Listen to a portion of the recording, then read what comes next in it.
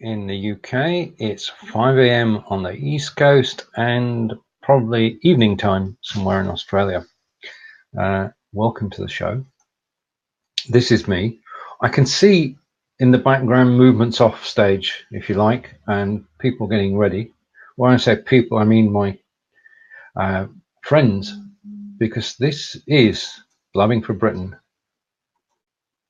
That's not working. Yeah, Blabbing for Britain, episode 130. And good morning, Tish. I'm glad you found us. So, welcome to the show. Looks like I'm on my own this morning.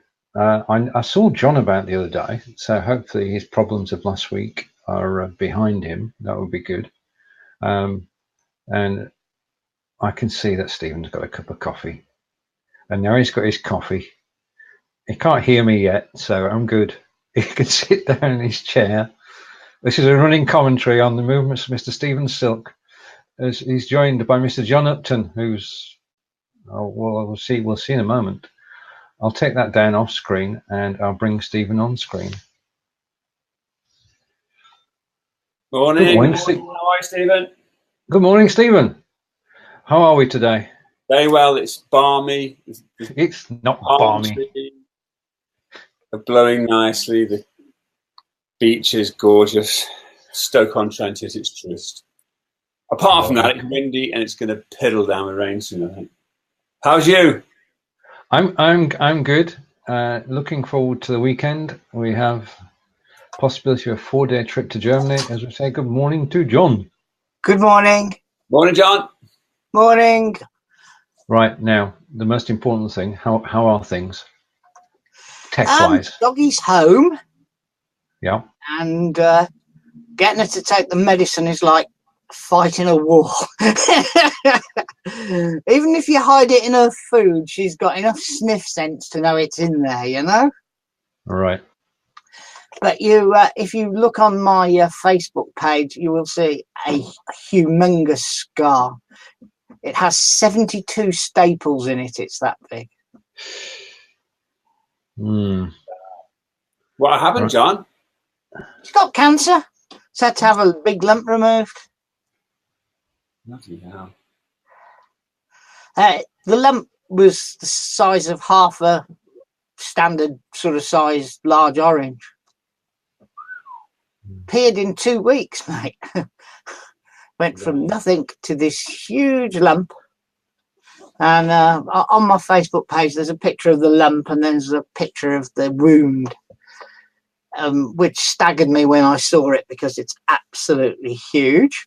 And then the other thing, which is probably what Stephen really meant, is my server's all back up and sorted. It's a brand new one. A brand new server? Yeah, well, it's not really a server, is it? It's a cloud server, so it's part of the machine. Right. Now, Tish has mentioned so much faster, it is not true. Technology, you see, moves on quickly. Right. Now, Tish has mentioned this, so I'm just going to bring it up quickly. She's saying England beat the Aussies at cricket. Well observed. I'm just going to have my cricket moment, and then I won't not talk about cricket again during the show, but just to say that England and Australia, Moeen Ali, Ewan Morgan impresses the host edge a win. So that's the first match done, and we are 1-0 up against the Aussies. Is that a one-day international? It is, yeah. Don't do that. What's wrong with encouraging me? Encouraging him. Yeah, it's 50 overs a side, and it bodes well for the rest of the series. So that's the cricket out of the way.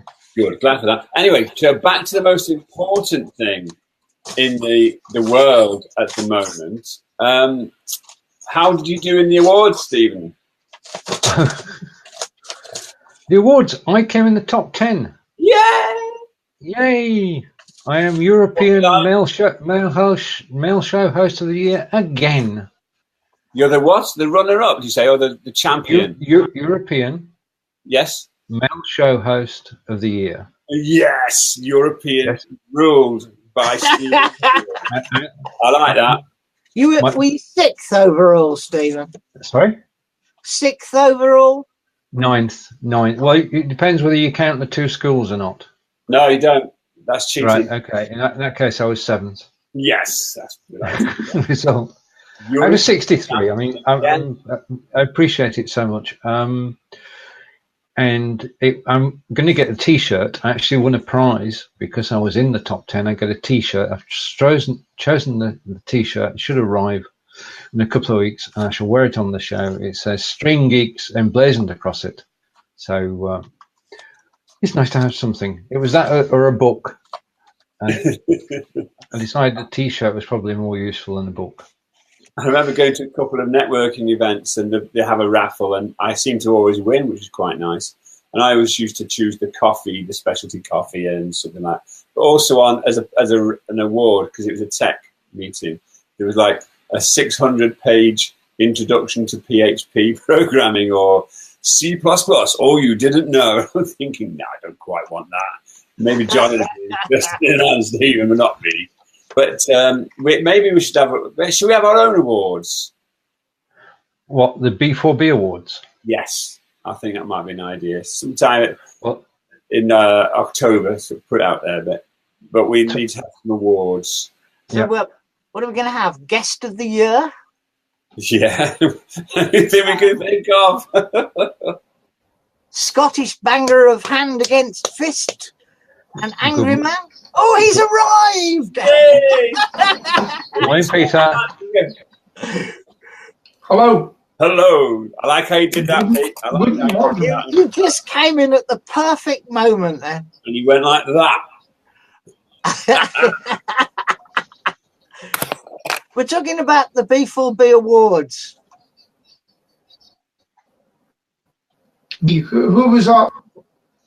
Well, Anybody who deserves one. yeah. What would you like to win, Peter? Who's running it, etc.? We are. All right. Well, hey, listen, I'm already in a role this year. I don't know if I can take on too much. And I am in the Eco Hero Award finals. Believe it or not. I'm not sure if the guys can hear you. I can't hear you. Yeah, I can just about hear you, Peter. Who can hear me? I can hear you. You're a bit robotic. Just a moment. I'm going to have Peter full screen. Peter, could you say something? Anything? Can you hear me now? Yeah. You're right. You're not in sync. It's not a very good signal. Hold on now. Wait a minute. We're waiting. There's no rush. And good morning to everybody who's watching. Use carry on because I can't hear you, mate. I've got every other word, Peter. no, I'm not speaking. I'll refresh. Okay. Okay. Okay. Come on. Internet Service Provider of the Year. Scotland. Manning Glass Award. Internet Service Provider of the Year is TalkTalk. I swear by TalkTalk. Just as John will swear by somebody else. We've all got the... It's about talk. It's not true, isn't it? I don't have a problem at all. There can't be an internet service provider of the year. They've all got their problems and faults, haven't they? Some more than others. Because I think we're all using household broadband for our businesses, aren't we? I think in the main. I mean, I've got Virgin Media cable. Stephen's got what you got, mate? TalkTalk. And John, what are you on? I've Virgin Media. 2 out of 3 people use Virgin Media. Fact. I've got Vivid 200, but I get about 230 meg throughput. I've got the 100, I think, and I get about 107. But I can't think of any more awards. But have you seen, very exciting news, have you seen who's opening the World Cup tonight? That No. bloke from Stoke with the funny That bloke haircut. from Stoke. The internationally renowned Robbie Williams is doing a set which has pissed off so many of the political establishment because they can't go because of the thing about Russia. But he's taken some stick, and he's a Stokey boy, so I'm not going to say anything bad about him, and just look forward to the match. It's going to be an interesting Russia versus Saudi Arabia. How on earth is that going to go? Anybody want to put a bet on that one? I'm going to say 6-0. Saudi Arabia. I think Saudi Arabia have got a chance on this one. People are saying, what do I know? That the Russian team is rubbish at the moment. If they hadn't got the game by being the host country, they wouldn't have qualified. I'm not sure. But actually, they're rocking it out with Mr. Williams. But isn't he a Port Vale supporter? Yeah, he has. We all have our problems, John. and I think he actually, his dad ran a pub in Burslem, which is in Stoke-on-Trent, and I used to work there as well with a mate of mine. But so and Port Vale are about 20 yards from the pub, but we claim him anyway. He's a Stokey, so Motorhead man Lenny, we claim him and Slash. We claim what we can get hold of as Stokies. It's not just Emma Bridgewater and that lot. We've got some really great icons. Okay, so in the group, which is Group G, of course, Belgium, Panama, Tunisia, and England. Who do we think is going to top the table? This is the first hurdle. Belgium. Second? John's not playing. Peter's definitely not playing. I'm going to go for England.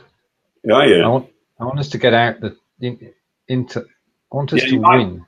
We want that, Stephen. But what do you think is going to happen? I think the Lukaku brothers are going to do really well for Belgium, and then I think we're going to struggle, but might just make second. I mean, what the hell? Does anybody know what Panama are like? Nope. Don't they play with a coconut instead of a football? What was the other one? Tunisia.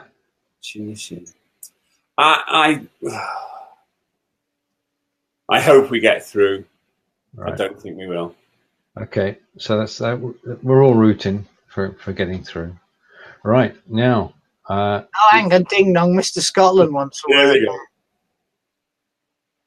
Hello, Mr. Scotland. Come in. Your time is available. I've got a topic for you, Peter. And given the photograph you posted today is 1 year on from the photograph. How do you feel today, Peter? I don't think he's communicating with us by the look of things. We can't hear you at all.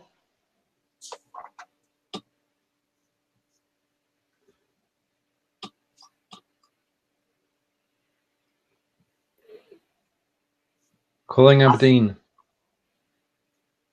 No, can't hear you, mate. No, there's no sound, Peter. It's the sounds of silence. Okay, I'll take that off. Peter might suddenly not burst into song, but start talking. Okay, now we're leaving the EU because of something called immigration. But today, the new Home Secretary announced that immigration rules are to be relaxed for non-EU doctors and nurses. Now, we allow 20,700 skilled people into the country each year, and we are short of 25,000 nurses and 10,000 doctors. So therefore, the rules have been relaxed to allow people to come in. He'd really got to do something because he'd campaigned on behalf of the Birmingham doctor who'd been here many, many years, who was late making a tax payment because he was very busy in A&E, and he got extradited because he was late making a tax payment. And Savin, whatever his name is, promised that he would get it sorted. So now he's got to get it sorted because that doctor is now working in Tasmania, and Australia is benefiting from his skills, not us. Yeah, I mean, I've got an echo now. Oh, good. We've got gremlins. Oh, I can't hear any echo at all. I can hear you. Okay. Okay, no worries. Stephen, any thoughts? Well, Brexit seems to be going on quite well. I don't think anybody's got a flipping clue about what's happening. So, yeah. It's like a long-running novel, isn't it, where the plot is just going all over the bloody place, but the main story, you just don't know what the main story is. There's, and I don't understand what Labour are doing. I really don't. And I'm, normally in favour of them. Does anybody know what's going on? This is from my speech, which will be given on Saturday in Blabbing as chairman of the Twinning Committee. When we met in Devisers last year, I said we had no idea what would happen with Brexit. And unfortunately, that is still true today. There are so many unknowns, and on the surface it is unclear what will happen. So that's the chairman's view. And now we get Peter's view, because hopefully Peter has sound. It's the sounds of the summer. Right, can you hear me? Live from Aberdeen. We can. You can't hear me. Okay. Hey! Yes, everybody can hear you now. Let's go back. Quick, let me get a say, quick. All yours. He's gone again. So, right, what was the question? You can have any question you like, Peter. One I posed personally was, it's now 1 year on from when you went into hospital. How are you feeling today? Well, I'm feeling absolutely brilliant. This was the day I was sitting in my bed waiting for the operation. And so it was quite an apprehensive time, and just waiting for the operation. You didn't know what was happening. It was quite emotional day when you look. I looked kind of brave in the front, but a lot of things go through your mind. And so it's all over. Tomorrow I'll be celebrating. I vowed that I'm going to be getting a cake made every year with a real heart on top of it, a real looking heart, and I'm going to go down every year. But what I'm going to do is, I said that I would cycle into them, and it's a really big hill up from the hospital, and they can wave to me when I go home tomorrow. So that's what I'm going to be doing. And it's great. And I met a woman yesterday from a charity, from the Chest, Heart and Association Scotland, and she happened to be at a business club, and I told her, and she asked if I could do a story, because unfortunately a lot of people think it's for really old people, and I says, well, I'll give you a story about me running, etc., what I do and not wasting it, and I'm going to get them encouraged to come out on a bike run with me, and maybe get electric bikes for them and get them out in the park and have a bit of fun. Well, from us in England, Peter, all I can say is it's good to see that smile and hear that voice a year on. Yeah, and there's and from now on, it's going to be Mr. Tolerant Guy. That's what you've been telling us for yonks. So here's a thing for you. Wake me up on March the 19th and tell me what we're doing so I can carry on as normal. Yeah, and so that's what I'm going to be doing. But going back to the doctors and things, that's how it should work. Because I think they used to come into Britain like that before. You want to be a doctor here, let's check your criteria, let's get you into the country. There's no problem with that whatsoever, I don't think, meeting criteria to get in. Was that what it was? Yeah. Yep. That's how it should work. Instead of having floods of people coming in and coming to our streets to beg and not work and take our social security. These doctors and nurses will be doing people that are meant to be paying when they come into our hospitals, like I do if I go abroad. I take insurance. Why should we pay? Right, okay. A change of topic. Total change of topic. Should the UK ban parking on pavements? No, this is one for Peter, because Scotland are actually going to do it. Yes. Wait a minute, before I say this, I better check to see if my van is on the pavement, because sometimes I do that. But however, what people don't know is mine is a private road. A lot of people don't know that. But there you go. No, I think it's a very good idea, because here's the thing. You've got people on motor scooters, mobility scooters, wheelchairs. And outside my garage, which was paid for, right, by the previous owner, that was for me to get out of the garage. And somebody put in a complaint because they couldn't get on the pavement, because I was covering this bit. But I said to my local council, but that's to get into my garage, not to get onto your pavement. So I actually stopped everybody that was coming down in their wheelchairs, except their motor scooters, and stopped them. And I done this one by one, and I said, hey, you the one that grassed on me. and I said, well, just to let you know. We have a bylaw that prevents. Hold on, I'll just quickly, and I'll let you. I found out who it was. And so anyway, I got it back, and I says, you tell them I've seen my local councillor and they're putting a new ramp at the corner where it should be, which they've done. But really ironic, the guy that grassed me up, right, he was banned from using the motor scooter because he was hitting people with it. So funny.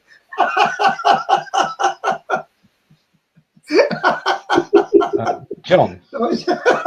We have a local bylaw that prevents you from parking on the pavement, as my son found out when he got an £80 ticket for parking outside our own house on the pavement. Yeah. We did, however, get it rescinded because they put Overley Crescent, and we actually live in Overley Green Road, so the ticket wasn't valid.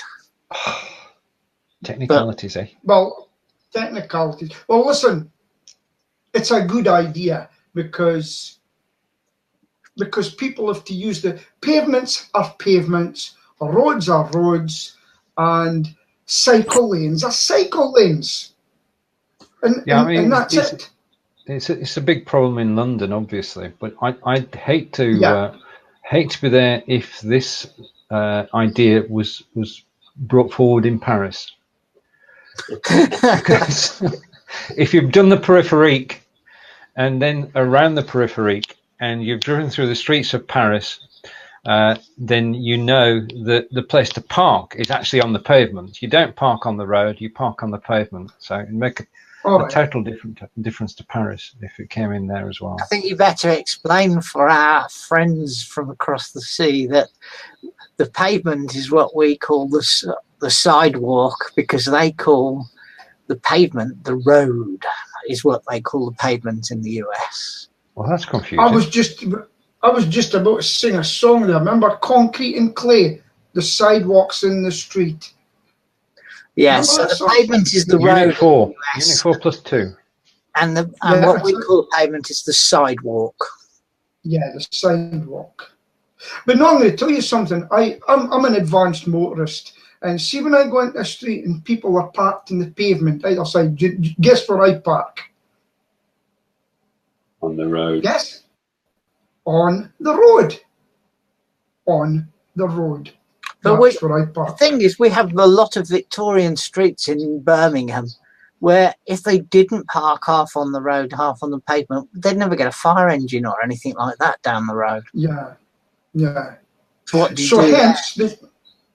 hence the if I was the councillor, I would make it parking one side only. We have that in the road I live in. Parking Double one yellow lines down one side and one down the other. And there's a woman 3 doors up from me who insists on parking. The parking is the opposite side of the road from where I live. Yeah. She insists on parking on the road on her own side. And when she does it, it means if she does it on a Tuesday, the dust cart can't get down the road. Okay. Crazy. Yeah. We've got into the house is a drop-down curb, which means that nobody can park there. But you're wrong. It's not. We're not letting anybody. Sorry? We're not letting anybody. Carry on. But you can park across somebody's drop-down curb. There is no law preventing you from parking across a drop-down curb. It's politeness only. There is the Stephen Healey law, by the way. It's a Wiltshire law, actually. And it was enacted in 1920. No, it wasn't. Okay. Stephen's got a cannon upstairs on the 3rd floor aimed at, and anybody who misparks, they shoot them. It's strange people just do it. People do not park in front of the house. We've got the gorgeous situation of a speed ramp right in front of the house on a reasonably busy road. It's meant to be a speed calming thing, but it is because the car, and I'm looking at there now, they don't give a shit. Yeah, they don't. They just go as fast as they possibly can. But I only park on the pavement when dropping off or picking up stuff. And I'm now going to start parking on the road because it will slow the censored word down because they just don't give a monkeys about it. No. If someone kept parking over my bay or for me to get out of a driveway, which I don't have now, I would follow them home one day, find out where they live, and then I'd go and park out with pest control on it, and I'd say to my guys, I'll be dropping off a car somewhere and leave it there. When they phone me, I'll say, you're the person that parks outside my house. Touche! Da-da-da-da! I'll see you tomorrow. Have any chill pills up there, Pete? But I'll tell you, you're not going to believe this. About parking. Let me tell you something. I get great enjoyment of watching YouTube, especially in America, about people using disabled badges that do not belong to them. They maybe belong to the mother and the father, and they go about with them all day, parking everywhere. And in Toronto and places like this, they film it, and it costs them $800 or whatever it is. And you see them, it's an $800 fine. And then, but it's from my mum. Where's your mum? Oh, she's in the shops. We'll wait for her to come back. And it goes on like this, and eventually admitted. And they say, we're confiscating it, $800 fine, and another $800 because you were using it illegally. And that's putting a stop, because it's a big problem, and it's the same with Britain. Were you aware of that? So when, shall we say, ordinary people settle down for a night to watch a movie or a nice TV series, you up in Aberdeen are watching YouTube videos of people parking. Is this an accurate? Is this accurate? Sometimes, yeah. Some people are getting their comeuppance for taking those poor.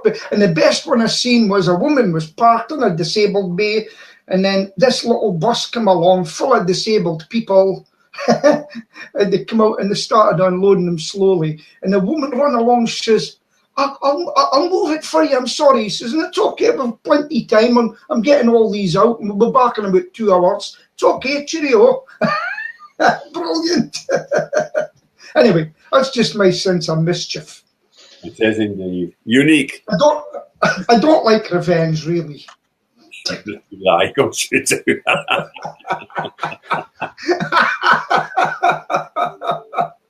Right, let's listen to this. What are you saying? And now it's over to our science correspondent.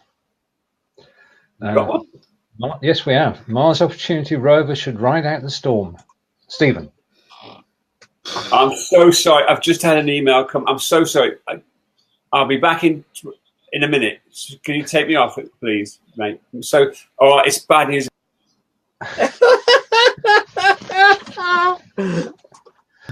Oh, right. You've been open and honest there. Right, okay, we'll come back to that story. I thought as our space correspondent, they'd be able to fill us in on that. Right, okay. Do either of you use directory inquiries? Absolutely not. Why not? I used to. I used to for convenience. Yeah. It's an obsolete service as far as I'm concerned for me, because you've got Mr. Google. Yeah. That's true. But Mr. Google will do it all. There's a bill shock warning on 118 calls prompts the regulator to act. Apparently, if you use what's that called, 118, then the maximum charge is £11.23 for a call. Oh, which, ridiculous. Well, when it used to be free, yeah. And now the regulator is saying that the maximum charge should be £3. I think that's to save people from themselves. Anybody who's on to directory inquiries for £11.23 worth. It's an absolute disgrace. That's what it is. And you know who will be using it? Older people who don't know any different, probably. Yeah. That's why. Yeah. And there is a website as well, I believe, that you can go and get alternative numbers for phoning all these other costly numbers that you can phone direct. Are you aware of that? Say no to 0870.co.uk. That's the one. Yes, get a direct number instead. Right, well, science correspondent's with us again. What's that? I'm not going to say a word until after the show, but I sort of guessing what went on there. There's nothing. Mars Opportunity rover should ride out the storm. Right. This is not necessarily the end of the story, because Opportunity has been trundling along Mars for 14 years, gathering data and all sorts of stuff. It was only expected to last 90 days. With two of them sent up at the same time, Opportunity and I think Discovery was the other one. But there is a huge sandstorm covering about a quarter of Mars. So let's say in Earth terms, the size of the United States of America. And it's a big sandstorm. Anyhow, the scientists knew that this thing was coming along and put Opportunity to emergency mode, switching everything off except for a little clock which will keep on trying to reboot itself and reboot the whole thing. But because the density of the sand and the lack of light, which is not very good anyway, is that my dog? It might not come back on. It might be dead. So it's a damn shame. But 14 years for something that was supposed to last 3 months is a pretty good innings, as you would say, Stephen. They're sending up a few more in the next year or so. So it's sad, exciting, but once again, what an engineering triumph it is. Totally agree. It's phenomenal that we have the ability to do this, and that it should be working, as you say, 14 years after it left. And the Voyager twins are still out there. They're outside the sun's gravitational effect. And on New Year's Day, 2019, so about 6 months away, the robot that flew past Pluto, 18 months ago, will be flying across a tiny, tiny planet, maybe a mile and a half wide or something, in what's known as the Kuiper Belt. And that's going to provide us with so much information, because the dog's still barking. Oh, shut up! It's just the amount of science that's going on these days. Go away. Go away. I'm on the telly. It's just amazing what's going on. Absolutely bloody amazing. And a dog. Is that Pluto? What? Is that Pluto? No. No, somebody gets my joke. It's an Australian cattle dog called Lupin. It's my son-in-law's dog. We're dog sitting for a week. Go away. Go away. Nice people don't want to see you. Go. Yeah, so there you go. Next. Very good. Right, and say hello to Corinda and to everybody who's joined us. We seem to have a surge of viewers. Facebook has decided this is Blabbing for Britain, episode 130. John, myself, Peter and Stephen have been doing this for over 2.5 years, and we're going to carry on. So glad you could join us. We've talked about the immigration rules. We've talked about the World Cup. If you've got any questions about those, then please ask. We've talked about parking bans. But the big story of the day, of course, is the release of the Premier League fixtures for 2018-19. Well, they don't interest me or Stephen anymore. Sorry, I should have brought the Championship ones released. Would that story next week then? Yeah. Okay. In the Premiership, Burnley's first match is against Southampton at Southampton. So we're hoping the Clarets get off to a good start. We'll keep you informed on the UK football season from August onwards. At the moment, of course, we're all rooting for England in the World Cup. So we say hello to Lauren. Sorry, three of us are. I've got something that's I know. I don't want to rant, Peter, but we've been voting in Parliament for the last 2 days. There's been cross between a circus and a pantomime going on. And yesterday, part of the pantomime was that the leader of the SNP in the Commons was got on the wrong side of the speaker and was told to actually leave. And he left. And then a few seconds later, every single SNP MP stood up and walked out of the Commons 2 by 2. It wasn't rehearsed, was it? It wasn't, it was spontaneous. Well, I just think it's an absolute embarrassment, to be honest with you. And since they've went down there, their behaviour hasn't been great. They haven't really acted like parliamentarians at time. And I know their job is to look after Scotland and to, basically, they've only got one view, and the only view that they've got is to have an independent Scotland. And that's the only thing that is on their mind when they're there.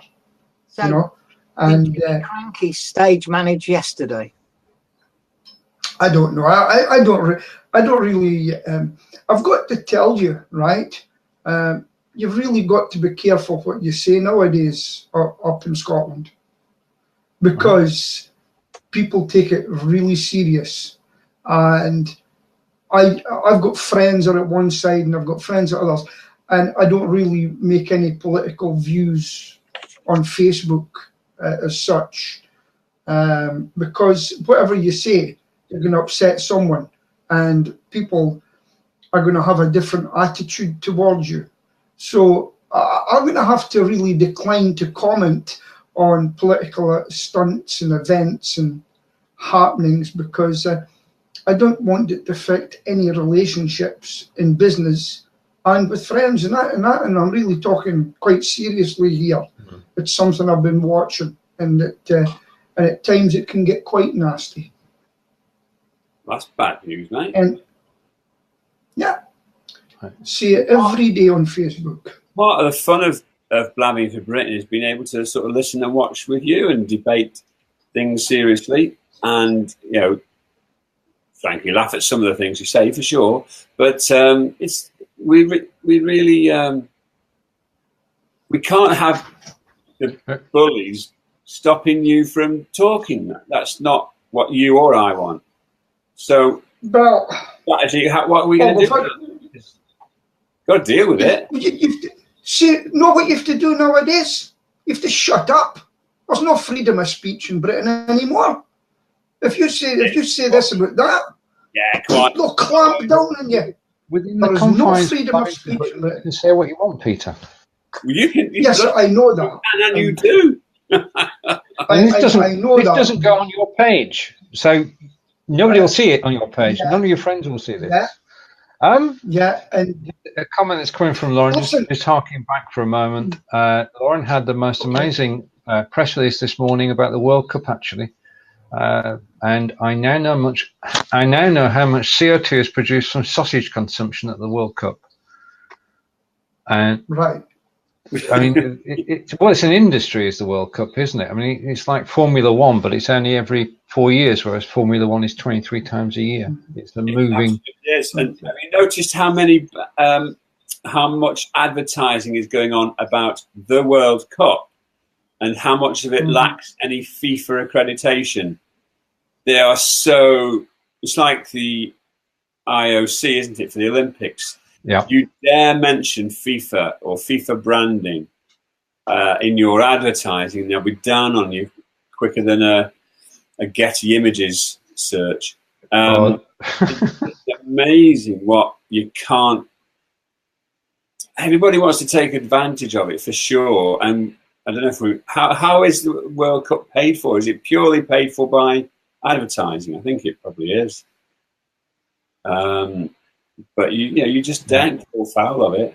They'll jump on you. Not that that's a problem for Scotland, of course, because it's not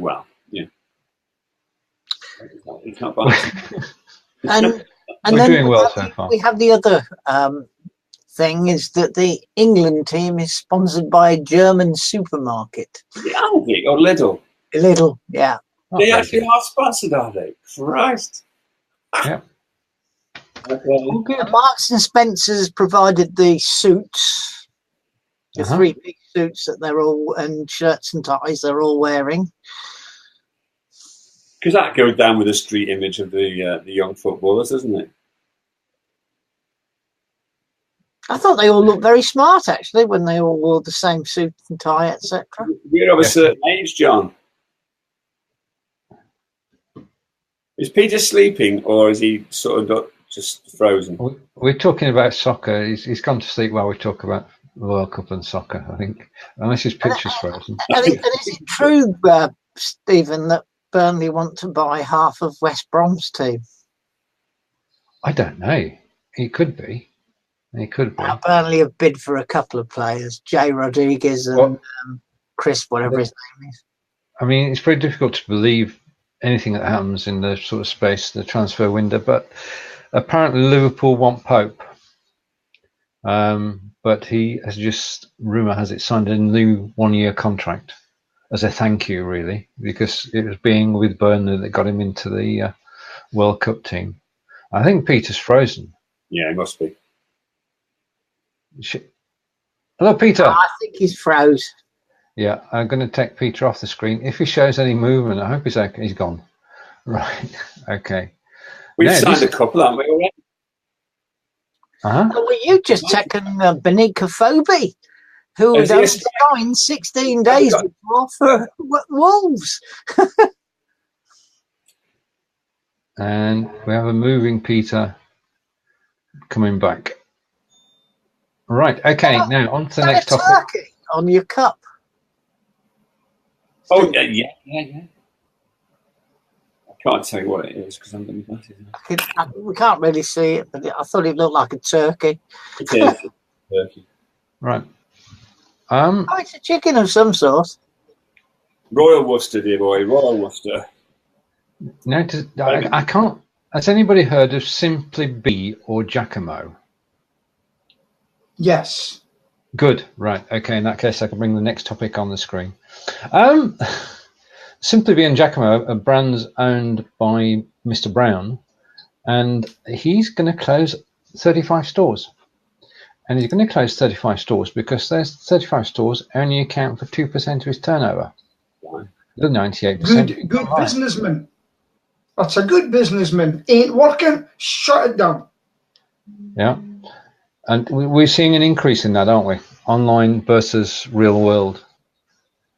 Yeah. We're seeing a lot of failures in people who haven't managed to adopt and adapt to the new online paradigm.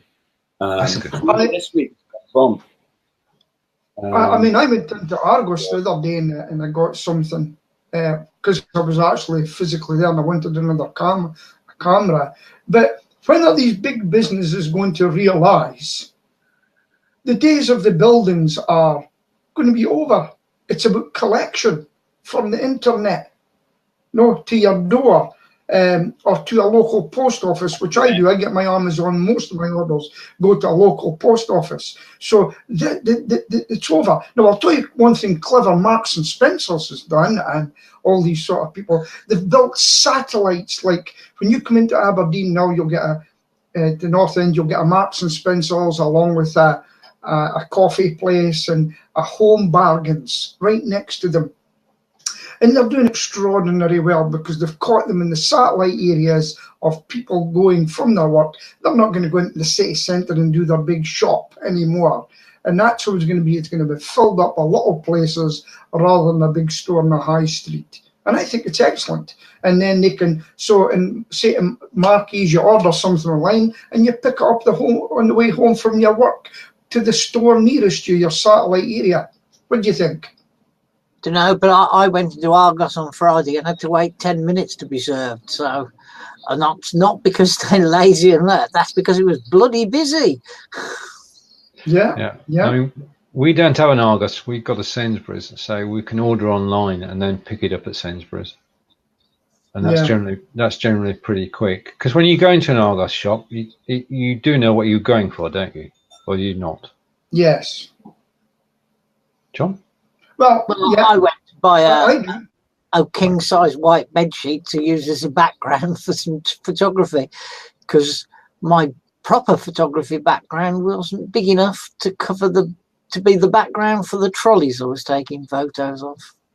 Right. We say good morning to Kelly, and we now have an international audience from Canada. Good morning, Kelly. And it is morning. Well, a beautiful song, by the way, Kelly. Remember Kelly, that song? No. I won't sing it. We are so in love with you. How can I better stop? He gets excited. My mouse was over the speaker button. No, we're okay. Right, so we got through that one. Is taking over, and they're absolutely massive. There's a fair business to be done in terms of being on the Amazon site, isn't it? So if you're selling a widget or something like that, and you put it onto your Amazon marketplace, then they do all the they take over the logistics. I think Amazon are a bit over cute. I have a customer that's been selling on Amazon for many years who suddenly found themselves banned because they failed to deliver an item in 7 days, and on their site it promised 7 days. DPD actually lost the item. They got banned, taken off, store removed, and 3 weeks later Amazon approached them about stocking their products in Amazon's warehouses and Amazon doing the selling. Yeah, they will take over. It could happen like that. So it just shows you if someone doesn't get their finger out and fight them and have an alternative. Is there any alternative to Amazon? There's an alternative for books where they kind of take an order and then print it. Yeah. That's good. Lulu. Hey? Lulu. They're the people you can book from one-off, but they've got the main. Have you heard the discussion about Bitcoin and the fact that it's as a cryptocurrency it's going to eventually take off, but the fact that Amazon haven't as yet created a Bitcoin is just kind of wait and see, because once they own the currency that's used to pay bills, then they just take over from the banks. And so you'll have the most humongous organizations in the world taking over the financial systems of the world. Christ knows what will happen to the very small suppliers then. But, we think we've seen a lot of change in the last 10 years, and we have on Tinterweb. But I reckon we're still at the beginning of this thing. I really do. Mm. It's very true. Hey, listen, have I mentioned North Korea this week? What? Hey, North Korea, has that been mentioned? No. Not yet, no. What's happened there? There's something happening in Singapore. Well, two blokes got together and nothing happened, did it? I was wondering if we've become the mainstream media hiding things. Yeah, but North Korea, what's your views on that? Wow, I'll tell you what, if it had been Barack Obama, they'd have been jumping up. I was look what Barack's done, and they would have been falling over themselves. Donald Trump does it. No, this was ego versus ego, trampling over anything that might be real to make an artificial world where in 5 hours you can sign off on nuclear disarmament and the world is a better place. But what do I know? I remember a president standing there and he said, "Mr. Gorbachev, tear down this wall." There have been comparisons made. There have been comparisons. I'm going to get on my horse here. My turn to rant. There have been comparisons made between Trump and Reagan. There are none. Mm-hmm. I think to try and compare them is to dishonor Reagan's memory. Right, I've got myself. No, I'm not saying about exactly alike. I'm saying it took somebody like Ronald Reagan to get that wall down and say, "Mr. Gorbachev, get that wall down." And he didn't stand for anything either. Ronald Reagan was a brilliant president, and a lot of them didn't like him either. They wanted to take him down too. And I've yet to see anything from the left, the CNNs, I've yet to see them praising any bit of praise for even getting forward in front of the man. All they've done is try to take him down. That's my view. All views are mine, not blabbing for Britons. Because I need to keep this lot right. No, but it's true. What do you think they would have done if that was Barack Obama? What do you think? Sure. Yeah, what do you think they would have said if it was Barack? Look, those questions are patently academic, Peter, because you've got we're in danger of doing what I said you should never bloody do with this orange monster. Never normalising. He is a monster. And on Tuesday, was it? He met with another monster of just a different kind. A dictator. Look at John sitting back there saying, "Oh, it's the same as Nelson Mandela. It's the same as looking back at Nelson Mandela. What? He was ready to kill people. Looking back at Nelson Mandela. He was a terrorist. He wanted to rip people apart with bombs. Yeah? And look where they put him in the end. But you could say the same about Northern Ireland, getting terrorism and killing people, etc. Yeah. And this week, of course, we saw one of the biggest terrorists meeting with Prince Charles, Jerry Kelly. Yeah. Menachem Begin, all these people. Terrorists at one time. All I can say is some of what's going on at the moment beggars belief. Right, let's get on to something which we can't argue about. A happier topic.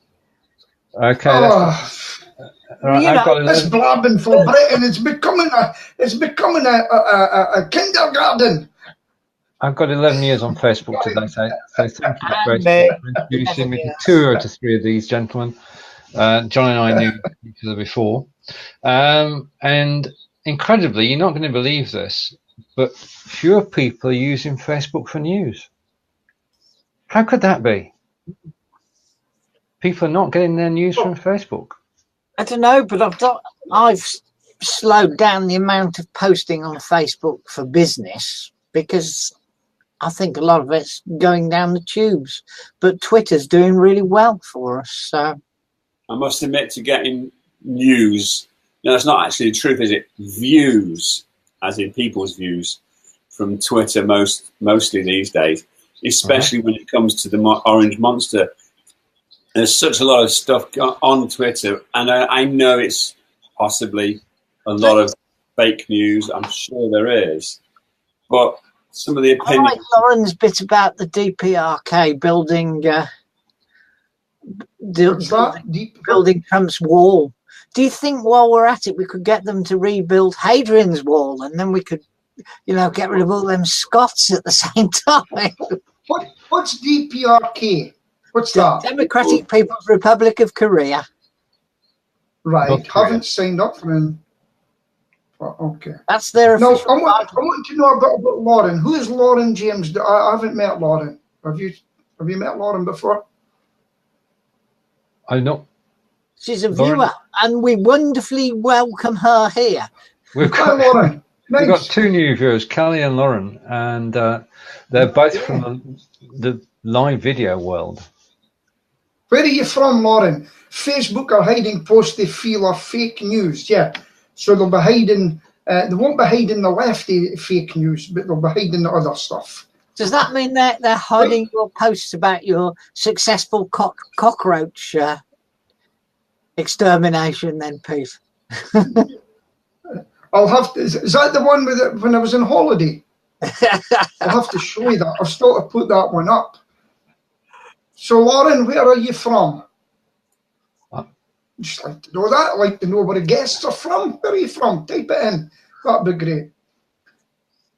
Nice to see you.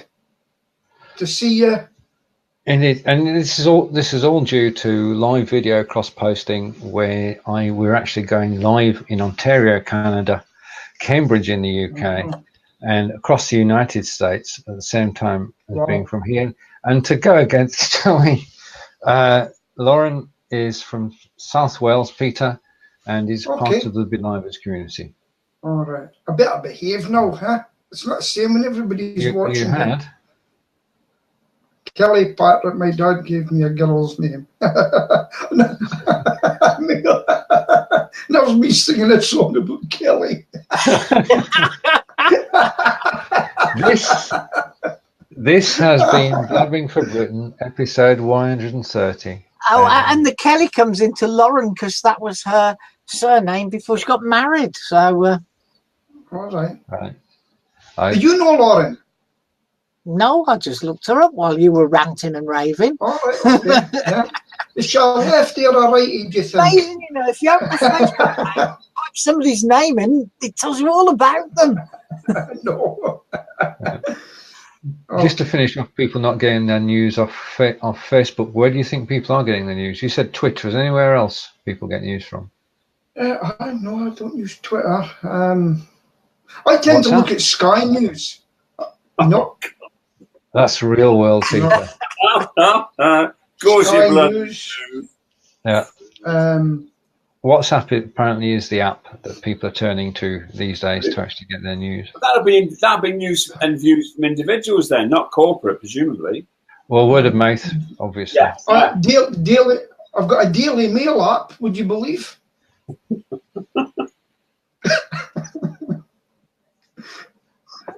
Lauren still gets her news from Facebook. Homepage. Oh, good. New toy, chaps. Okay, you're full screen, John.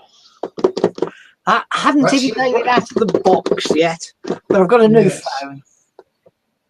Well, good, don't leave us hanging there. Right. What did you get? Android? A Huawei P20 Pro. Yeah. Wow. 3 cameras on the back. Wow. 3? Why? And they're Leica lenses. How much is that, John? Well, it was contract, so it didn't cost me anything. My contract had run out. I hadn't realised my contract had run out, and then they rang me up and said, well, I like a new phone. It's supposed to be the iPhone X beta. Ooh. On Android. Okay. But The iPhone X. in fact, I've been spending hours and hours and hours rebuilding my server. I've just left it on the side. I'll get around to it in the next day or two. Is that me bleeping or is that somebody else bleeping? I'm not That sure. was me, I'm afraid. Not me. All these phones you got, John. No, that was it's just that was Outlook telling me there was new post. The beeping. It's Outlook telling you it's 11 o'clock. Over to you, John. Oh, well, it's 11, so that means we must have come to the end of our allotted time. It means we can get rid of that bloke from Scotland who keeps getting excited. He can only do it these days since he's had his heart bypass. Before he had his heart bypass, he used to be so gentle and nice and careful and respectful for everything. Now he hates the SNP or whatever they're called and gets wound up there. So it's 11 o'clock on my Samsung, because I'm still using my Samsung. So it's time to say goodbye. So it's goodbye from me, him and him. But I think they all want to give you their word of what you should do this weekend. Get out and enjoy yourself is mine. So Peter, your thing for the weekend? My thing for the weekend is get up and think when you get up, be thankful that you got this life and go out and do not waste it. Do what I'm going to do. Get on my new bicycle that I bought this week, another one, and get out there and cycle. That's one thing I suggest you do. Or get an electric bike and get back out there and do not waste your life. It's precious. That's my lot for today. Stephen with a PH? Go and eat a lot of cheese. And Stephen with a V? All right. Have a great weekend, everybody, and enjoy the sunshine. That's no it. walking? I'm off to Germany this weekend. Oh, off to Germany. Oh, Happy lovely. day. Flying or bus or? Flying. Flying. It's Remember to oil your... It's the annual twinning weekend. I read you a bit of my speech earlier. Yeah, I know. Yeah. My speech. I thought that was next week. My speech is in French, German, and English. I shall. It's going off again. 3 different languages. I don't know. I assume that means it's a 3-way twinning. Yes. Okay. So that's from all of us. On your bike from Peter. Eat cheese and have a good weekend from T'other Stephen. And from me, just enjoy your weekend. Bye for us all. Bye. Bye, everybody. Okay. And